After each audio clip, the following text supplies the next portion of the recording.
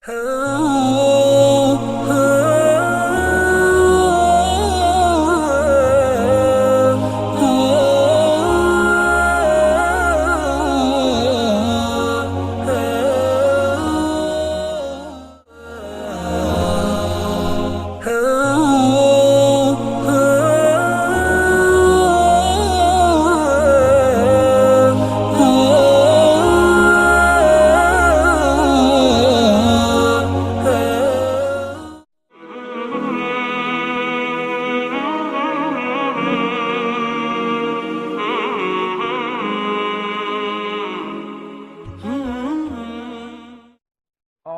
بالله من الشيطان الرجيم.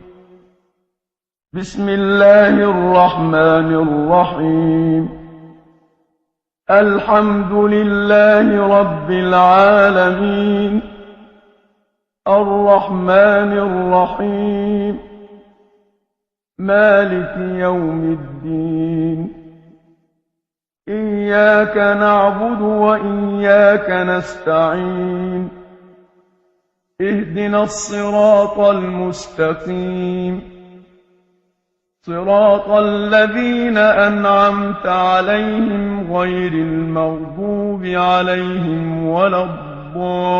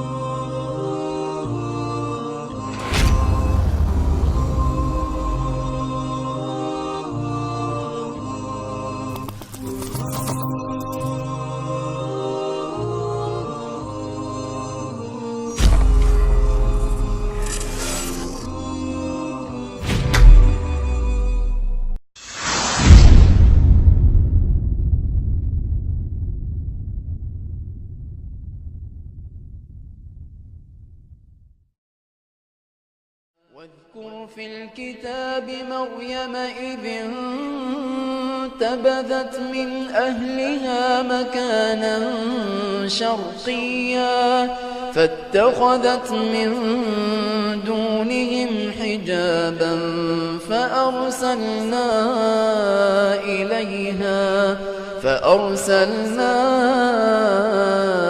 إليها روحنا فتمثل لها بشرا سويا. قالت إني أعوذ بالرحمن منك إن كنت تقيا. قال إنما أنا رسول ربك لأهب لك غلاما زكيا. قالت أنى يكون لي غلام ولم يمسسني بشر. قالت أنى يكون لي غلام ولم يمسسني بشر ولم أك بغيا. قال كذلك قال ربك هو علي هين ولنجعله آية للناس ورحمة منا وكان أمرا مقضيا. فحملته فانتبذت به مكانا قصيا. فأجاءها المخاض إلى جذع النخلة قالت يا ليتني مت قبل هذا وكنت نسيا منسيا. فناداها من تحتها ألا تحزني ألا تحزني قد جعل ربك تحتك سريا وهزي إليك بجذع النخلة تساقط عليك رطبا جنيا فكلي واشربي وقري عينا فإما ترين من البشر أحدا فقولي إني نذرت للرحمن صوما فلن أكلم اليوم إنسيا فأتت به قومها تحمله قالوا يا مريم لقد جئت شيئا فريا يا أخت هارون ما كان أبوك امرأ سوء وما كانت أمك بغيا فأشارت إليه قالوا كيف نكلم من كان في المهد صبيا قال إني عبد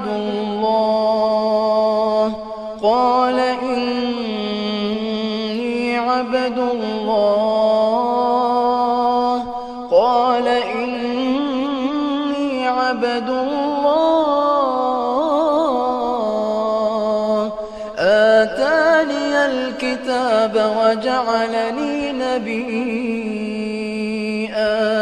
وجعلني مباركا أينما كنت وأوصاني بالصلاة والزكاة ما دمت حيا وبرا بوالدتي ولم يجعلني جبارا شقيا والسلام علي يوم ولدت ويوم أموت ويوم أبعث حيا ذلك عيسى بن مريم قول الحق الذي فيه يمترون ما كان لله أن يتخذ من ولد سبحانه إذا قضى أمرا فإنما يقول له كن فيكون وأن الله ربي وربكم فاعبدوه هذا صراط مستقيم فاختلف الأحزاب من بينهم فويل للذين كفروا من مشهد يوم عظيم أسمع بهم وأبصر يوم يأتوننا لكن الظالمون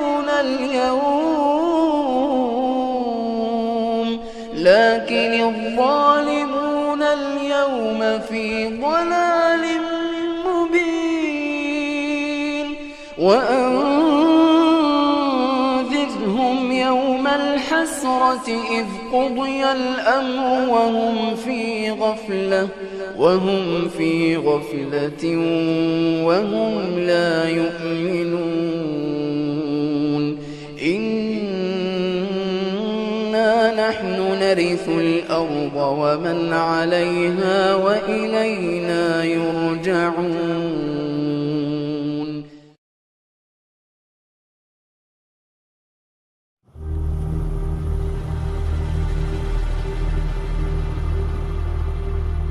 The refugees come across from Turkey to the Greek island of Lesbos and the waters can be very rough. They are overloading the boats, and there have been numerous occasions where boats have capsized and where people have lost their lives. It's terrible. I wouldn't wish it on anyone.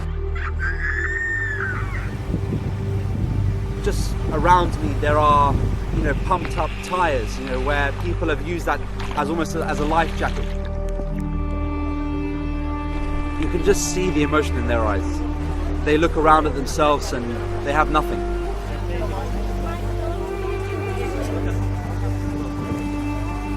There are women who are, nearly 9 months pregnant. There are parents who are bringing their newborns and walking for miles and kilometers, across mountains and rocky roads and all types of weather. They don't come with any blankets or sleeping bags. So of course they're extremely hot and dehydrated in the day, and of course at night they are actually in some circumstances freezing.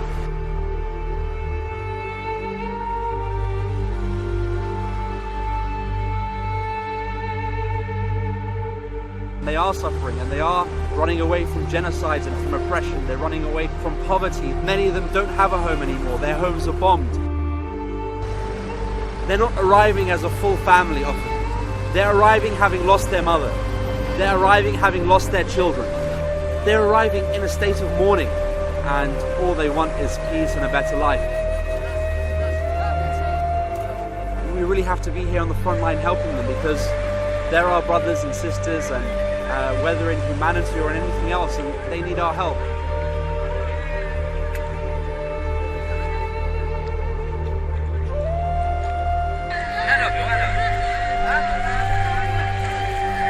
We encourage you all to help Human Appeal to help them.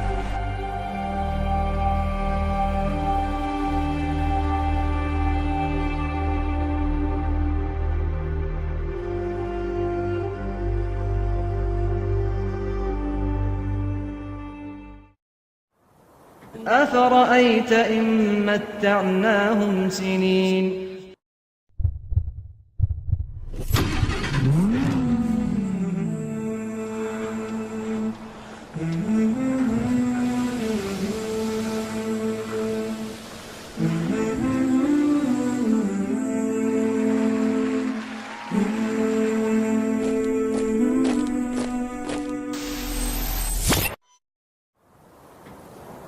ثم جاءهم ما كانوا يوعدون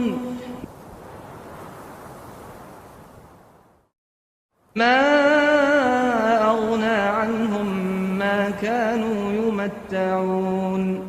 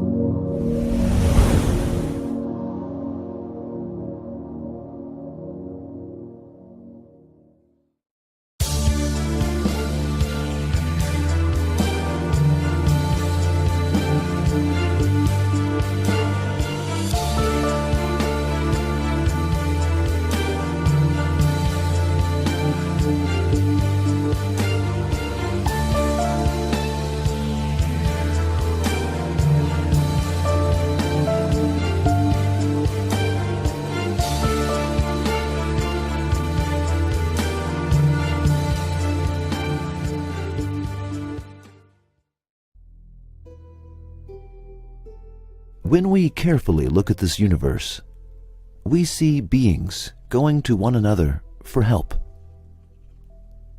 Cells depend on atoms. Organs depend on cells. The body relies on its organs. Plants and animals depend on clouds, and people rely on animals. Everything goes to another for help and completes another's task. However, before one can help another, the one helping must have will and should be able to decide whether or not to help.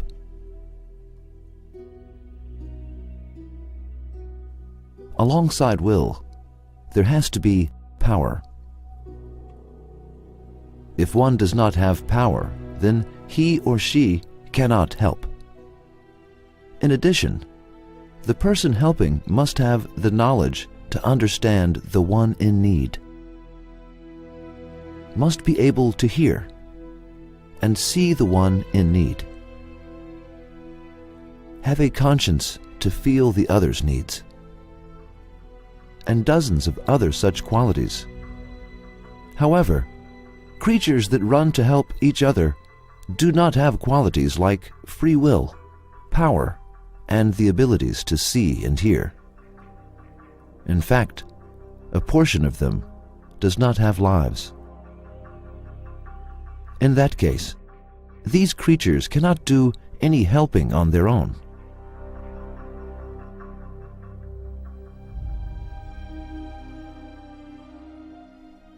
It shows that there is, and has to be, an entity behind the curtains who directs the helping. If we were to separate all living beings to one side, then a lifeless, unconscious, will-less, and powerless group would remain. Like in the example of the powerful helping the weak, and the rich aiding the poor in this instance, it would be necessary for those who are living to help those that are lifeless. However, the reality is just the opposite, because those that are lifeless are helping living beings. Since it is impossible for non-living and will-less things to help on their own, it shows that they are all servants and they act upon God's orders.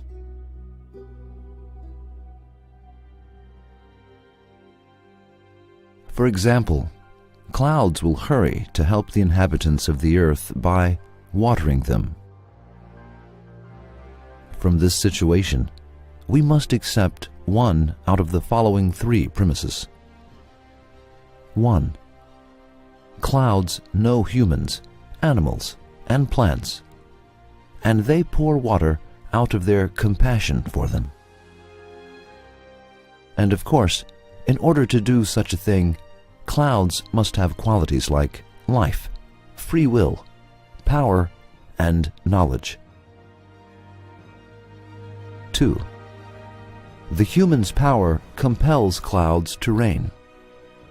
The human will command a cloud to rain, and the cloud will rain.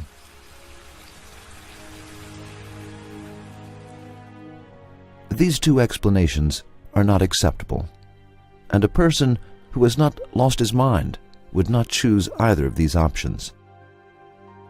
In that case, the following is the only viable option. 3.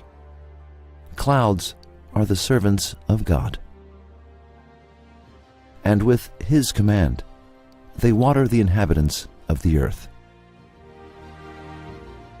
God is both the creator of the rain and the one who shows compassion to the planet's inhabitants. Just as clouds are in a hurry to help the earth, so too do all commodities rush to help one another. It is not possible for unconscious, lifeless, will-less, powerless creatures that have no knowledge to help one another with compassion.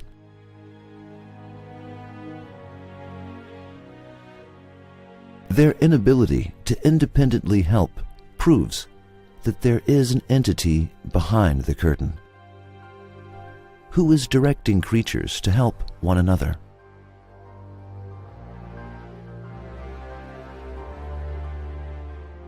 We cannot finish counting examples of the visible cooperation that takes place in our universe.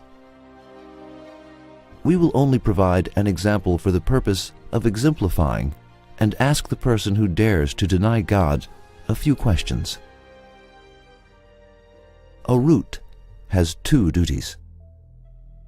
One of them is to hold a tree in place, and the other is to receive elements that the tree needs from the soil.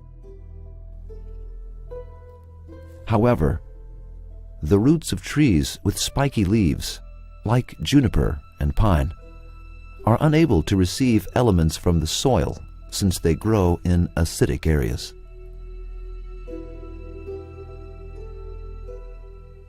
As the tree is suffering under this condition, a mushroom grows at its root.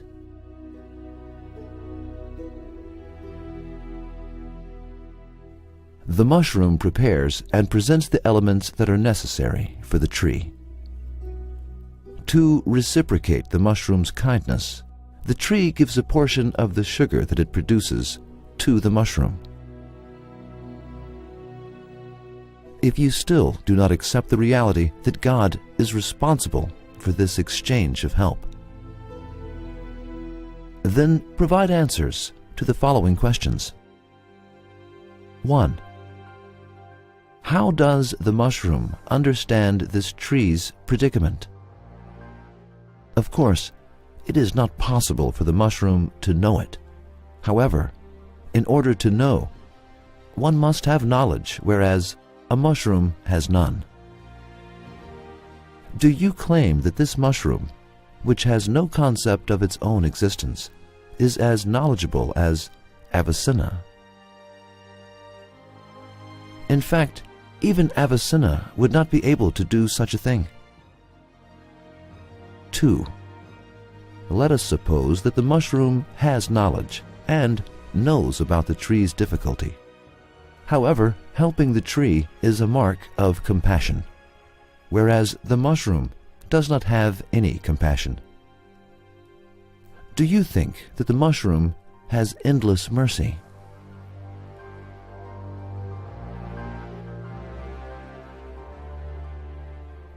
Three. Now let us suppose that the mushroom has both knowledge and compassion. How is the mushroom able to do the work that the tree roots are unable to accomplish, and how is the mushroom able to produce the elements that the tree needs? Or do you accept that the mushroom has endless potency? 4. Firstly, how does the mushroom know which elements the tree needs? At which school did this mushroom study botany? For example, do you know which elements a tree needs? If you do not know, then is the mushroom smarter than you? 5. Is it an act of gratitude when the tree produces sugar and offers a portion of it to the mushroom? Is the tree so dignified that it just cannot leave an act of kindness unrequited? We can ask dozens of other similar questions. We have probably understood by now that the one who denies God will be obliged to accept many delusions.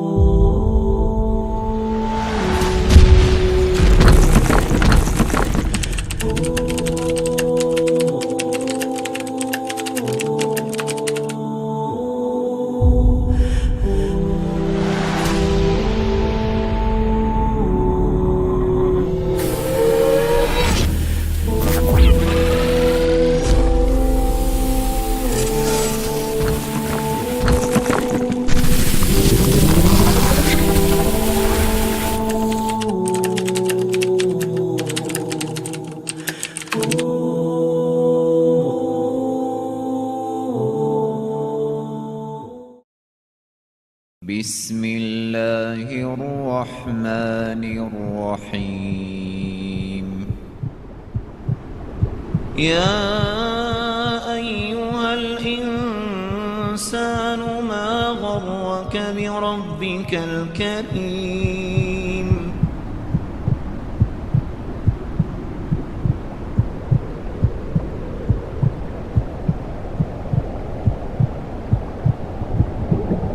الذي خلقك فسواك فعدلك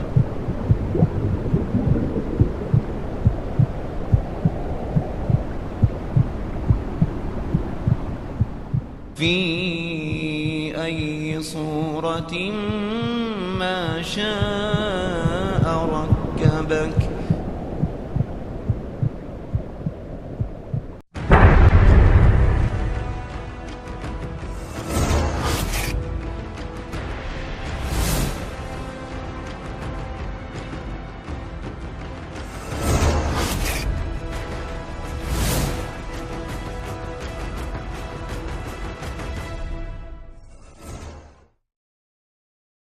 Glory to Allah, who created in pairs all things that the earth produces, as well as their own humankind, and other things of which they have no knowledge.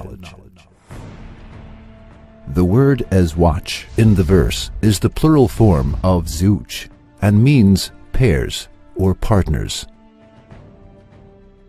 That is why husband and wife are defined as zuj, zucha. As it is seen, this word defines the opposites among similar things and being partners. 3 examples are given about the creation in pairs mentioned in the verse. First example, pairs that grow from soil. The first thing that comes to mind in this category is femininity and masculinity in plants. We will not mention about it now, as we have discussed in another work. Second example, pairs that are created from their own selves. The first thing that comes to mind in this category is the creation of humans as males and females. Third example, pairs that are created from things that we do not know. So, what is meant with the expression, pairs that are created from things that we do not know? The people who lived during the revelation of the Quran were not aware of the most of creation in pairs in the universe. While femininity and masculinity is the equivalence of the concept of pair, the expression of the verse, other things of which they have no knowledge, has a wider meaning. Thus, at the present time, we see one of the meanings that the verse indicates. As research conducted on the structure of the atom has developed, it has become clear that the existent particles are not limited only to protons, neutrons, and electrons, and the atom has a more complex, delicate, and perfect nature than we think. Creation in pairs is also valid for the smallest particles of atoms. A proton has its pair, antiproton. An electron is coupled with a positron, and a neutron possesses an antineutron. The creation of matter in pairs is one of the most important discoveries of physics. Paul Dirac, a British scientist, was awarded the Nobel Prize in 1933 for his discovery in this field. The discovery of Dirac is known as parity, and thanks to this discovery, it has been presented that the matter has a pair called antimatter. Antimatter bears the opposite characteristics of matter. For example, contrary to matter, antimatter electrons are positive and protons are negative. This fact is expressed in a scientific source as follows. Every particle has its antiparticle of opposite charge.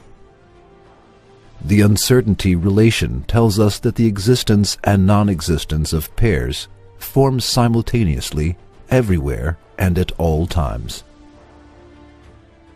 As we see, the expression of the Quran, "We created other things of which they have no knowledge," is so full of wisdom and so mysterious.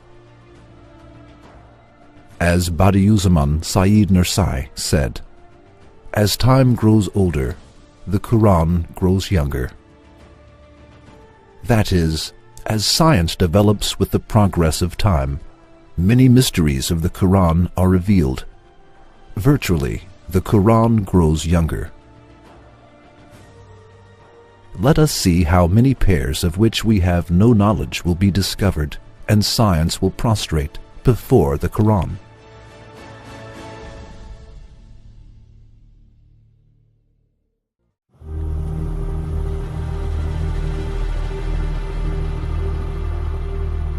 The refugees come across from Turkey to the Greek island of Lesbos, and the waters can be very rough. They are overloading the boats, and there have been numerous occasions where boats have capsized and where people have lost their lives. It's terrible. I wouldn't wish it on anyone. Just around me there are, pumped up tires, where people have used that as almost as a life jacket. You can just see the emotion in their eyes. They look around at themselves and they have nothing.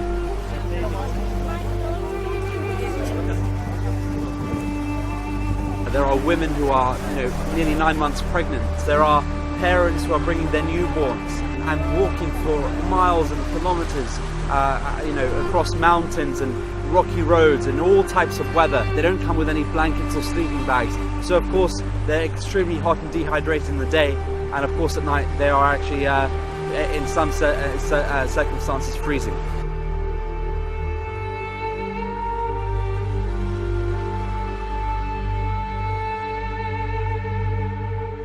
They are suffering, and they are running away from genocides and from oppression. They're running away from poverty. Many of them don't have a home anymore. Their homes are bombed.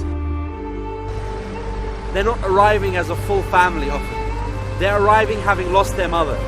They're arriving having lost their children. They're arriving in a state of mourning, and all they want is peace and a better life.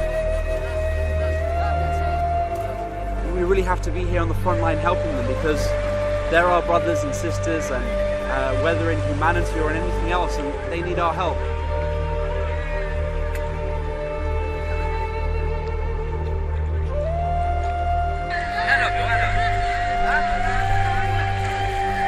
We encourage you all to help Human Appeal to help them.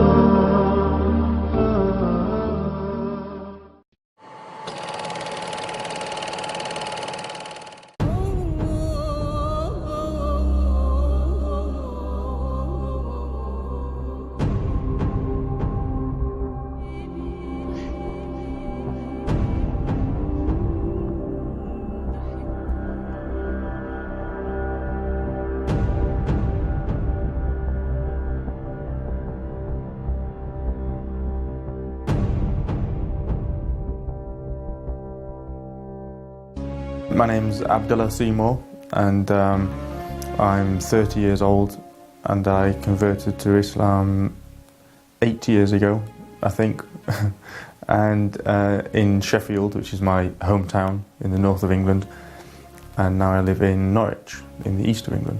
All my family's kind of from Derbyshire, which is one of the counties in England. My father is a salesman, and my mother kind of works part-time at a school, and I have an older sister who's 4 years older than me. My parents weren't religious. They went to, I think, Sunday school, they call it, where you learn about the Bible. So they went to that when they were younger, but I was never taken to church and never felt the need to go to church. And so now, I mean, my family is not, again, still not religious as such, and but at the same time, I think most people believe in God. Now, at one point when I was quite low, if you like, in my life, I met someone who was Christian, a nice guy, and he gave me a copy of the Bible. which, you know, I used to read, and I could see that there was something, it had something in it which was true, you know, like, wow, this is unlike anything I've read before. But I just naturally kind of, without really thinking about it, just naturally kind of moved away from it. I mean, I never really embraced it. Even when I went through that kind of phase, I never went to a church or anything. So, yeah, the whole thing of the Trinity and all these other things, you know, just didn't sit right. Because really, ultimately, the heart is the thing that makes the decision. When September the 11th happened, that was the first time that I actually kind of thought, oh, you know, what's going on here? So when I first met a Muslim, kind of more, got to know them more, I was desperate to know, you know, what do you believe in? You know, what is it that you actually believe in? Because the image that the media had planted in my mind, which is the same for everyone in this country and probably throughout the world, is, you know, Islam equals terrorism, women in black bags and angry men with huge beards, usually shouting and angry, you know, and oppression and wife beating and always causing trouble. And that was the image that was kind of, you know, subconsciously in my mind. And I wanted to know, well, what, you know, there must be more to it than that. There's 1.5 billion Muslims in the world. They're not all like that. So what is Islam? What do you actually believe in? Is it about terrorism or is it about something else? So it was kind of pursuing that, really, that kind of took me on the path of Islam.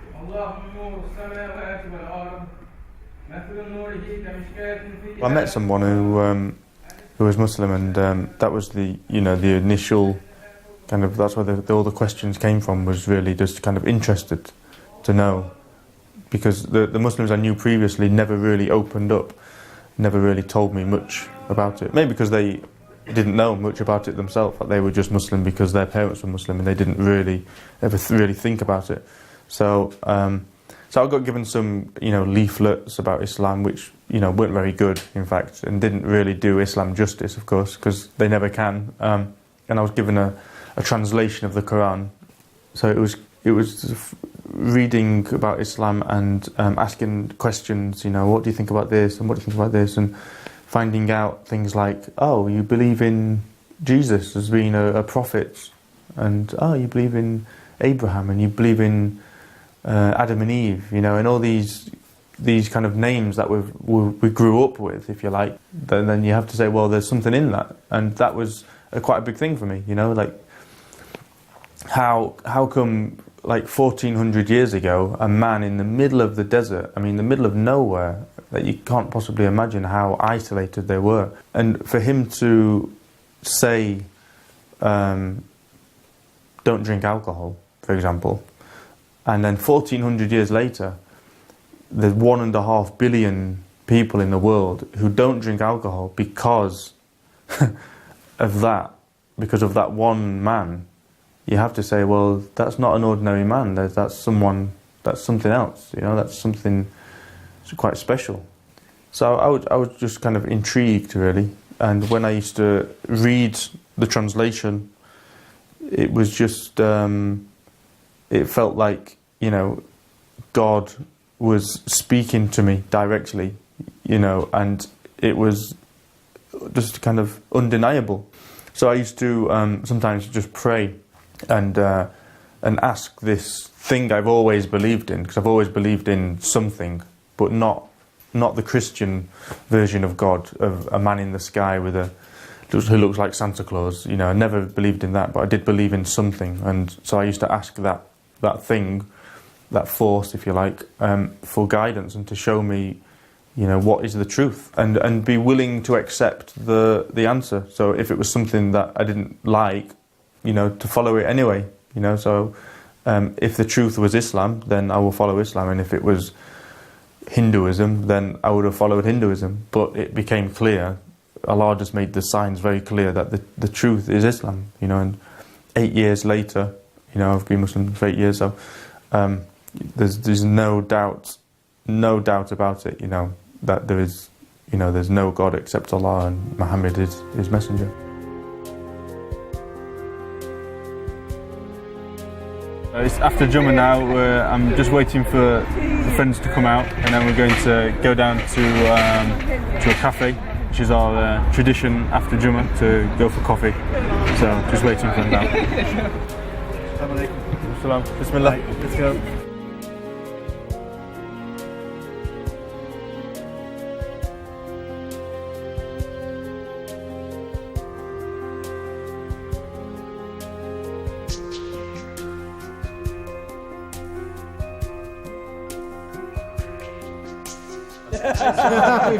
Tribute. Tribute. Imam Malik like white, where were you classing? Favourite colour? MashaAllah. MashaAllah. You used to wear white, so Assalamu alaikum. My name is Asad Habib. I know Abdullah Seymour. I've known him for around 6 years now. We met in, I think, 2005. I kind of grew up in Sheffield, and Abdullah was from Sheffield as well. And we just met in a gathering of people, just never met him before, and I thought, mashallah, another Gora Muslim, so I was quite happy with that. But we didn't really know each other much then, and we left it, nothing happened. And then about 8 months later, the group that we was with, they just wanted to give dawah to people, and there was a rota, and I never realised Abdullah was on the same group, and we had a table just educating people about Islam, and on that particular day it was me and Abdullah again, and it was just nice to see that even after those 8 or 9 months, he was quite passionate and wanted to educate the people about that Islam isn't about culture. You don't have to be from a certain culture in that way, but it's about a way of living your life. Then we started attending Quran together and Hadith classes. But I think what's really, certainly you can see it in Abdullah in his example, is that you take energy from people. Like, a lot of people are born Muslim, and we take advantage of that. And what I liked was that when I met new Muslims, and they can be from any background, as long as, but it's quite inspirational that they're learning the Quran and they're learning the Salah, and many times they do it better than you. Exactly, I agree with you. And the jais again. So it humbles you that, yes, subhanallah, that you leave, you're not bothered about the deen, and Allah raises another people up. So it was more about me as well. It's not just about Abdullah, and that's, you'll find that when they spend time with Muslims in that way, a lot of people would agree with that. And other people have been here. It helped that we was from the same city, so we shared the same accent or whatever, or knowledge of accent. Yeah. Not sure about football teams. But United fan or what? Yeah. Really? So there you go. Brilliant. It tops it off. So it's been wonderful to kind of take. It's about taking the energy and giving it as well, and really seeing his life has progressed, should I say? And then he had his daughter and his wife, my wife, and really there's no. They help you integrate, and they help you with your deen. And that's what it's about. It's about keeping company. And alhamdulillah, I feel very grateful that Allah made us all meet, and that's what companionship is about. And you realise something about the Sahaba. They were Persian, there was Iranian, there was Moroccan, or the regions now, the Palestinian, exactly, yeah. Different names, but it was about their coming together, not about where they was from. And if you can even have a little taste, a seed of that by new Muslims, then please welcome them into your homes. You'll get as much out of it as they will.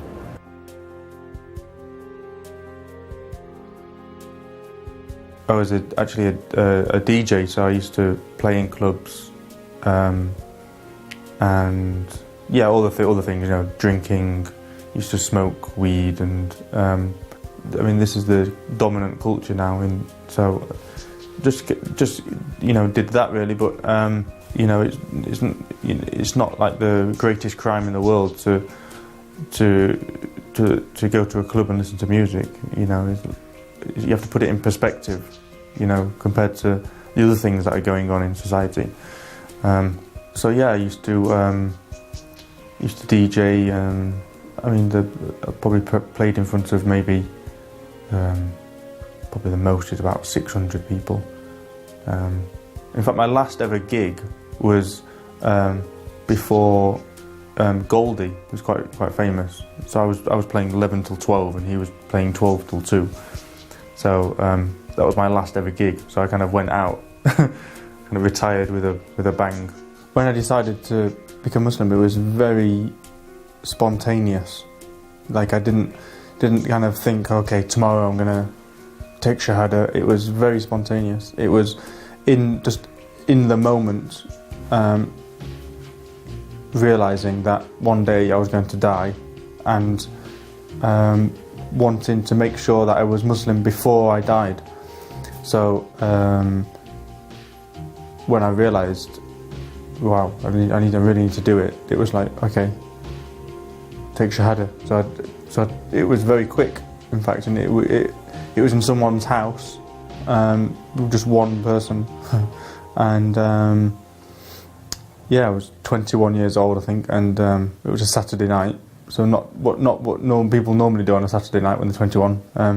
So it was very spontaneous, and at that stage I didn't know that much, in fact, about Islam, but I did know that it was true, and I believed in it. And then I kind of lost contact with my friend at the time, so I didn't really have anyone else to kind of, to guide me and help me along the way, because there's a lot to learn. But I was very fortunate because I met lots of fellow new Muslims, and I was amazed that there was other people had become Muslim, because when I became Muslim I didn't know that other people did that. I'd never seen it. I'd never met a new Muslim before. So when I first met, wow, you became Muslim as well. It was like, wow, tell me, how did it happen? And you're just amazed, that it happened for someone else. And then you realise it's quite common, in fact. But you might not necessarily know. If I walked past you in the street, you might not know that I was Muslim, because I don't have a beard down here and I'm not brown-skinned, which is the perception of most Muslims. So there's so many Muslims out there, but people have no idea that they're Muslim, and also that they could actually be quite strong Muslims. That someone who's a good Muslim doesn't necessarily have a certain look, which a lot of Muslims mistakenly think.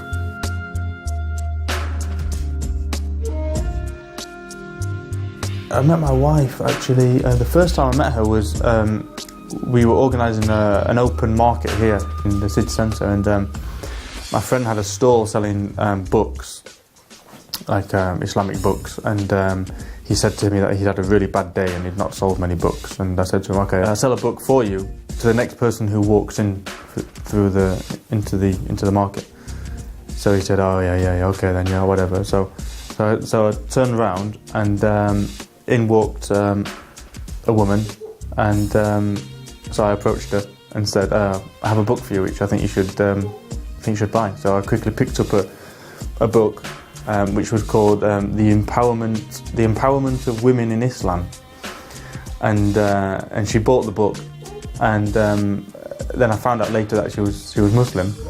So that was the first time I actually met my wife. And then I used to sometimes bump into her in the street, and sometimes in the mosque. I'd see her and we'd, talk to each other, and there was obviously some kind of connection, I guess. So we decided to get married in 3 weeks' time. So it was very quick, and so we organised the wedding in basically 3 weeks, which was a challenge, but. Alhamdulillah, it was an amazing wedding. I mean, the barakah, obviously, because it's my own wedding, and I'm always going to think that, but it was actually an amazing event.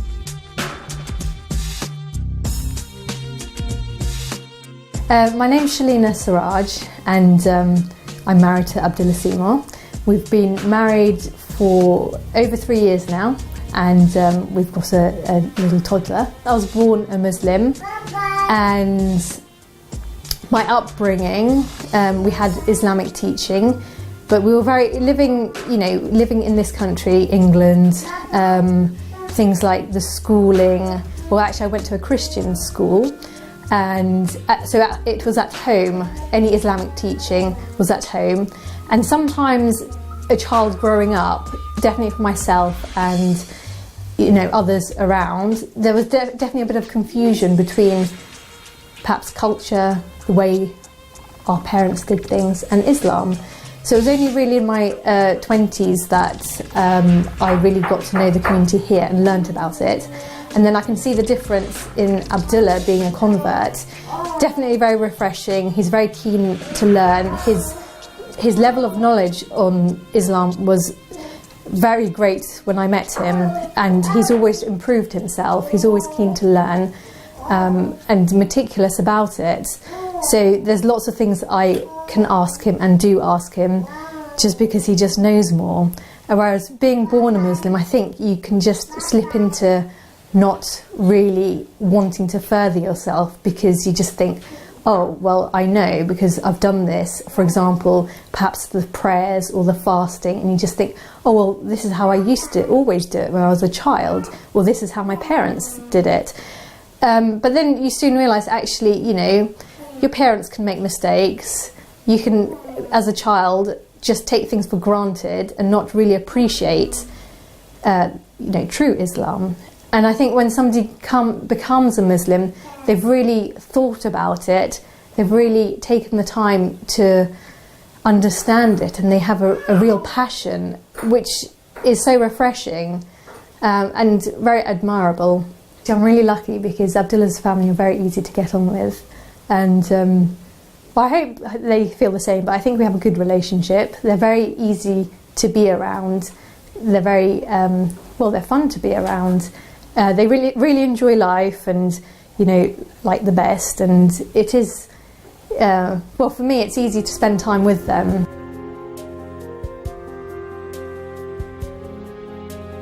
I have my own business, which is we import and distribute fine foods, so things like oils, vinegars, dressings, sauces, olives, spices. We have many exclusive products which we make ourselves, and which we import some things from abroad, and when we sell them to delicatessens and farm shops and food halls, mainly independent shops, nationwide, mostly in East Anglia, which is the east of England, if you like, because that's where we're based. But we are expanding more and more into the rest of the country, and eventually maybe even export as well, so import and export. Although I was previously working for a multinational company, I quit that job and started working for myself. And as a Muslim, it's so important, in fact, to work for yourself, because then you can manage your own time. And Islam, someone once said, which sums it up for me about culture, is that Islam is not culture. Islam is a filter for culture. So it allows some aspects of culture and stops other things. So Islam raises up the society, but in the Muslim world, unfortunately, that's not necessarily happening. And the Muslim world has kind of bought into many of the ills of the rest of the non-Muslim world to its own detriment, and looking upon the West as being this shining example, when actually, the many aspects of the West has collapsed, economically, politically, socially, almost everything. It's become it's just fallen apart. And so for the Muslims to follow that is insane. And at the same time, the solution is in our own religion, which is to return to the model of Medina. And because Medina, at the time of the Prophet ﷺ, was the perfect community. And it doesn't mean that we have to ride camels down Norwich High Street, but it does mean that they have an economic model which is perfect, a political model which is perfect, and a social model which is incredible, of how people behave and how people interact with each other. And that is and the Muslims just need to return to what's in their own past, in fact, but with a with a modern twist, but staying within the parameters of the Sharia. So it's the natural way of organising society, and probably most importantly, the financial and trade aspect of Islam, which has been kind of forgotten by Muslims, unfortunately, now. But half of Islamic law is concerning trade and commerce. So, and that is very important in this age, because the dominant religion now in the world is capitalism, basically. That is the thing that has dominated over all the religions. So everyone has this funny paper money, which is not real, and the bankers are basically destroying the earth, and and everyone, most people, the purpose of their life is just to climb the career ladder and to make as much money as they can at the expense of the earth and everyone on it. So that's the dominant religion, because it's a whole way of life, that needs kind of tweaking. It needs changing to bring it into the parameters of Islam, and like I say, half of Islamic law is about exactly this thing of money and trade, and having markets where people can trade, and having importing and exporting from the markets, and the guilds. It's a whole system, but unfortunately, like 1% of it is intact. And actually, in about 2 months, I'm going to be making hijrah to Malaysia, because there's kind of pockets of an Islamic revolution where people are returning to the gold dinar and the silver dirham, and everything that goes along with that, i.e. the markets, the caravans, the guilds, and the proper Islamic contracts. So I'm moving to be part of that resurgence, if you like, in implementing it.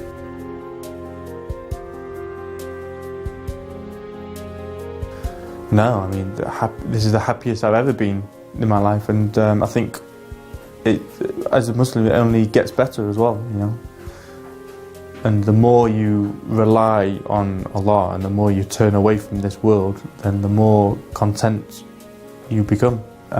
It's not a cultural thing. It's not for certain people, or for a certain time.